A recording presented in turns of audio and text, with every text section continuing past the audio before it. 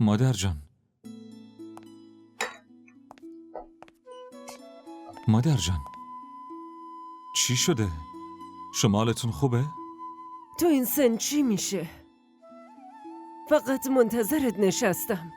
نفسای آخرمه. لطفاً اینطوری نگید. اگه اینطوری نگم مرگم عقب میفته.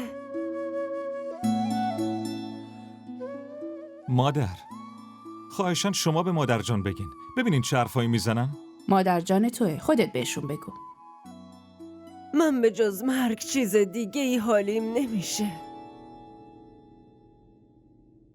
البته یه آرزویی دارم اگه برآوردش کنی.